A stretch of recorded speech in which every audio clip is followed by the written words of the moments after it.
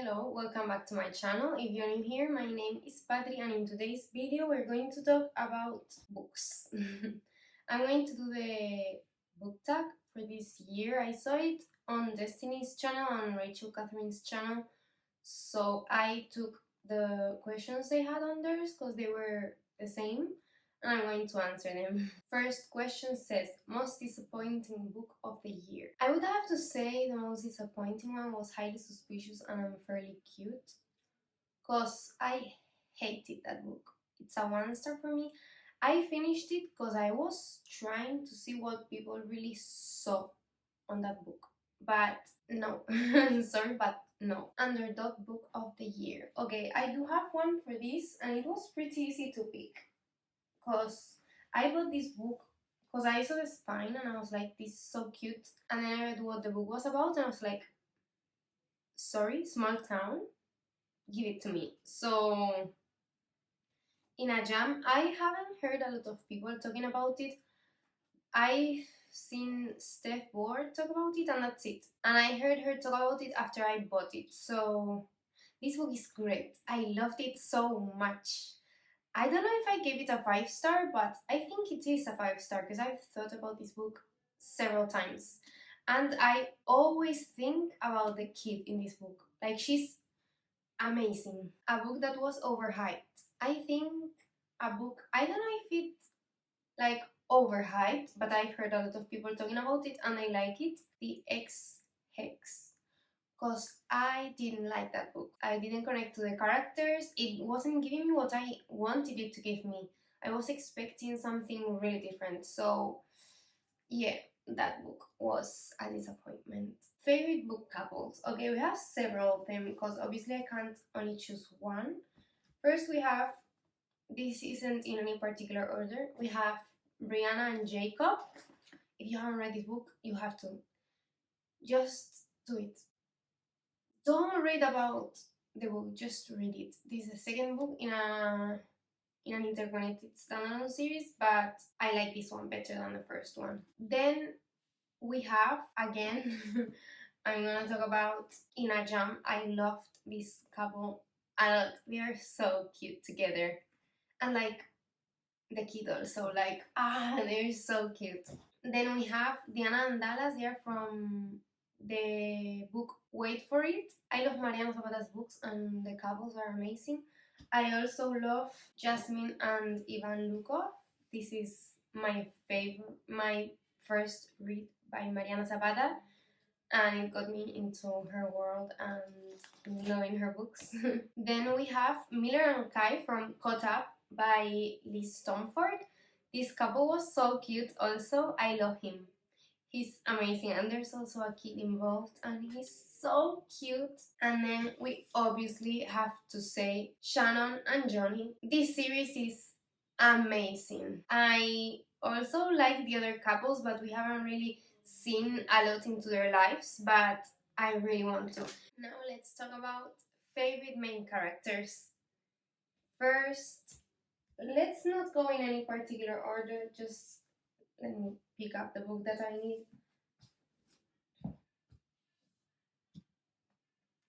Nesta. Unpopular opinion, some people hate her even after reading her book. I just love her. I love this book with all my heart. I have 2 books that are favorites from this series and I can't really choose one over the other, and this is one of them. And also, unpopular opinion, I like Nesta better than Feyre. I said it. It's out there. I'm sorry. Then we also have Violet. I really like her. She's kind of a badass.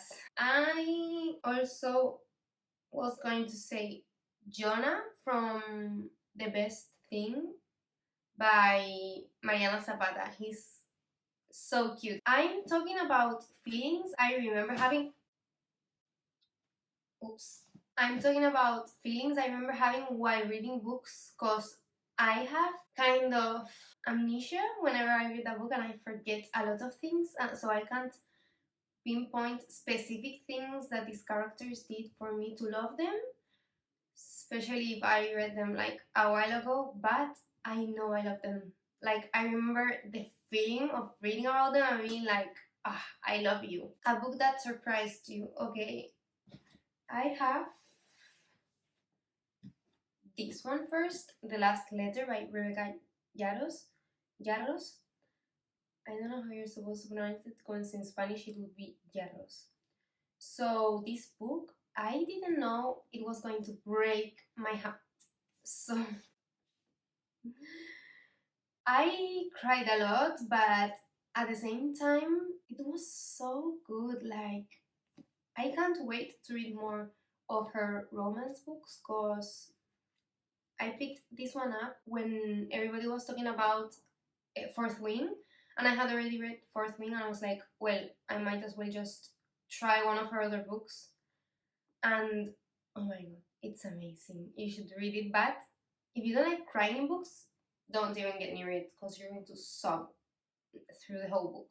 And then another one that I was surprised about was Happy Place because I've read all of Emily Henry's books, but it's a totally different experience. Like, I've heard other people saying this and it's totally true. Like, it feels like it's a different author completely. And again, this book made me cry so much, but at the same time, it made me heal. And I don't know, it's so relatable. And if you have gone through a breakup recently and you read this book, I think it's going to hit harder than if you weren't because of the theme in the book. But this book just, I can't. Like, I did sob with this one way more than I thought I would. And I love her writing and I have it tapped. Amazing, amazing book. New favorite author discovered in 2023. I have several of them. First, we have Sarah J. Maas. How could I have waited so long to read her books? I don't get it. Like, I seriously don't. I'm in love with her books. It really is a different world completely when you go into her books. It's just, I want to live in them. And I think her books are the ones that I think about the most. Like, on my day-to-day, my mind goes back to this world a lot. So, and that usually doesn't happen to me. I know people like always think about books again, but usually it doesn't happen to me. I don't know why. But with these ones, yes. And also, as I was saying, we also have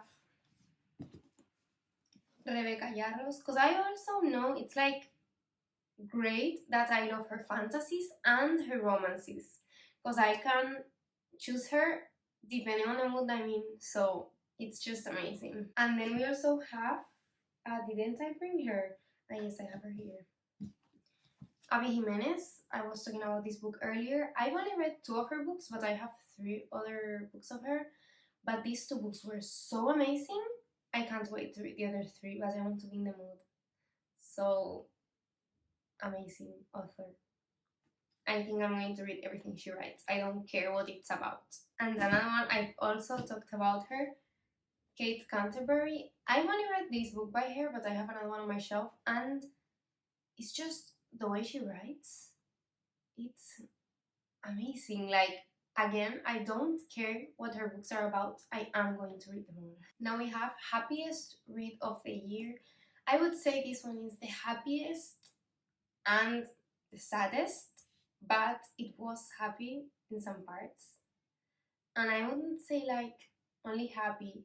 I don't know, so many emotions. I don't want to think about it because I think I'm going to cry right now, so let's leave it at that. And then also, final offer. I don't really remember specific things that happened in this book, but I remember laughing a lot and like finding myself smiling at nothing, like on my room by myself reading and being like, I don't know. It was, yes, 100% yes. Then we have most frustrating book of the year, and that would have to be Midnight Sun. Why? I do love Twilight, okay? I love the series. I read it last year. Amazing. But the problem is this book dragged on too long. Like, I thought it was going to be like the first and second book, or like until she became a vampire. No, this is only the first book. And the problem for me is that you get the exact same things. I would have shortened them, you know, like only write about the things you haven't read before, even if it's from another perspective. Because, I don't know, I didn't like that. It was too long, it was dragging out so much, and I was so excited to read this book, and it disappointed me. So that was why I was so frustrated with this book. Best adaptation of the year. I've only seen one, so we have to go with it. It's The Samurai Turned Pretty, but I must say this is something that I usually don't say, but I think the series is better than the books. The little sprinkles they've put in as new stuff make it way better than the books. Longest book I read this year, and that would have to be House of Earth and Blood by Sarah J. Maas. But I must say that in terms of pages, this is the longest. But in terms of word count, the longest I've read is Iron Flame, because I looked it up, and House of Earth and Blood is 204,000 words, and Iron Flame is 251,000 words. So this is way more words than this one, but this is 623 pages. But look at the font and the size of the page also. So in terms of pages, this one. In terms of content, this one, like words. And then the shortest book I read this year was Six Scorched Roses, but that's a novella, so I'm not going to count it as the shortest. So it would be The Grump I Despise. It's like a trilogy of rom-coms, really cute. Favorite book covers. We have Done and Dusted.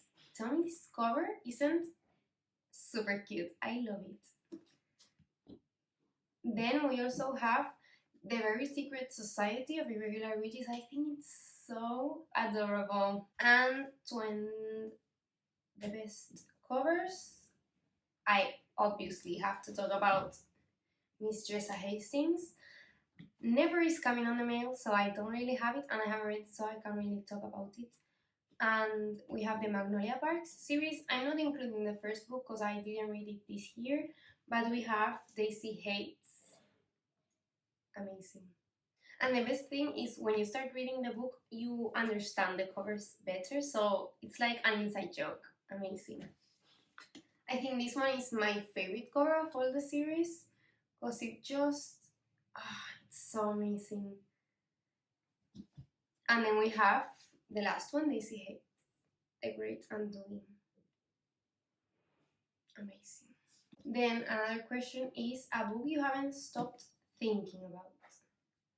And I would have to say, as I said earlier, that the books that I keep going back to in my head are Sarah J. Maas books. But the thing is, I read Acotar in January and I still think about it, and Crescent City I only read it like last month. So I haven't had the time to get back to it, thinking about it more, because there hasn't been like time. I have thought about it more, but I've been thinking about this for a whole year. Cringiest book you read this year? I think this one will have to be The Nanny. I didn't really like this book. It wasn't what I was expecting. I don't know. Cringy. Unpopular book that you loved. I'm going to take this one as like, not unpopular as in that people don't like it, but unpopular as it hasn't really gone viral, or like a lot of people haven't read about it. And I would have to say Evergreen, which everybody should read because I love it. I bought the physical copy, but it's coming on the mail. I can't get my books in 1 to 2 days like a normal person with Amazon Prime. So I would have to say Evergreen. It's just so amazing. And the cover is so pretty, and I follow the author on Instagram, and that's how I found out about this book, and I read the arc, and as soon as it came out, I ordered it online because I loved it and I wanted to have a physical copy. Highest and lowest books you read on Goodreads. Did you agree Okay, the lowest book was To Get to the Other Side. I do agree. This book it wasn't great. And the highest is A Court of Mist and Fury, which I obviously agreed because these next to A Court of Silver Flames are my two favorite books from the Avatar series, but this one holds like a little place in my heart because if you know, you know, like my my universe changed after reading this book. I'm just gonna say that. Favorite quotes. Okay, with this, I'm not going to say quotes, but I'm going to choose the book that has the best quotes, like the quotes I like most. And that would have to be Happy Place. I don't really want to read anything to you because I don't want to spoil things, but you need to read this. You need to read this. Like, I think reading this is better than reading a self help book. Way better. Because you're entertained and you're healing and you understand things from another perspective. Amazing. Book with the most unique concept. Okay, this one was kind of difficult because obviously the fantasies I've read, for me, they are an original concept because I haven't read a lot of fantasy, but I'm guessing fairies aren't really that original because a lot of people write about fairies. So I think I would have to go with Caraval because the game that happens in different places every year and there's like magic and if you win you get a wish.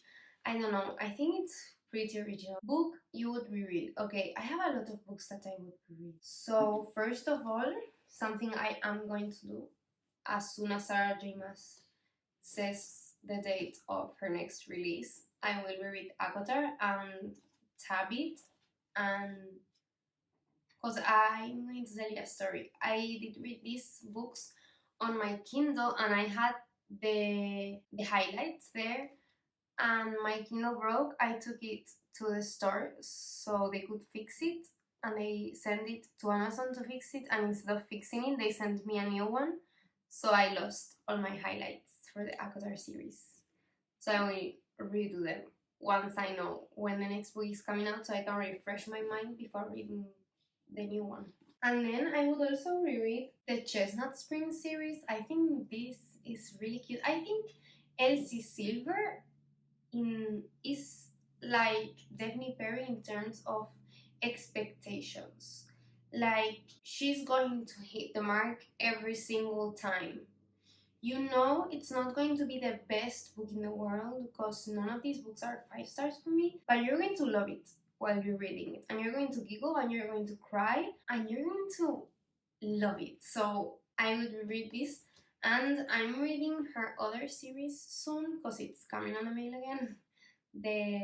I don't know the name of the series, but it's also cowboys, and I'm also going to read with the Magnolia Parks series, including the first book, before February, because in February the third and last Magnolia book is coming out, so I'm gonna read everything so it's fresh on my mind before I read that one. What genres did you read this year? I read 4 genres total. Well, I read more because I put some books into romance category that aren't really romance but are like literary fiction, like Happy Place, for example. But I count it as romance, okay? Because it has a romance subplot. So, well, subplot, really big part of the plot.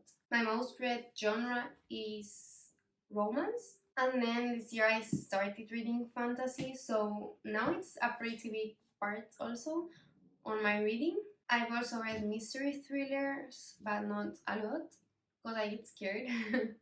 And I read one sci-fi, which is The Renegade, and I'm going to continue that series next year, I think. And I want to read Red Rising, and I don't know, I have like some other sci-fi books in mind that I want to get. Okay, now last question is reading goal reflection and 2024 reading goal. Okay, this year my reading goal at the beginning of the year was 75 books. On my mind, I thought I wasn't going to read as much because I was going to start working full time way more often than I used to. So I thought I'm not going to get to the number of books I read last year. No, that wasn't true. At the beginning of June or July, I think I changed my reading goal to 100 because I was reading way more than what I had expected. And I already met my goal and I'm 44 books over my goal. I didn't know I was going to read that much, but I think I'm still going to keep my reading goal for next year pretty low just in case, because I never know if I'm going to work 1 month out of 3 or 3 months. I think I'm going to keep my reading goal for next year on 80 books because I know I'm going to work way more time next year. And I also have like intentions of socializing a little bit more. I'm going to try to go out there and not stay in my house like the introvert and homebody I am. So I'm going to keep it at 80 because I don't want to stress myself.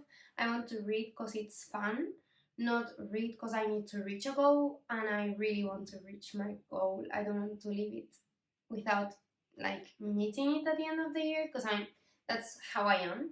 So I think I'm going to keep it at 80 and that's it. And I'm not going to move it even if I'm getting really close to 80 books sooner than expected. So this was my book tag. I hope you liked my answers. If you want to answer some of the questions, I would love to read them on the comments because I'm really nosy and I love hearing about books from other people. So you can leave it down in the comments and I'll see you next time. Bye!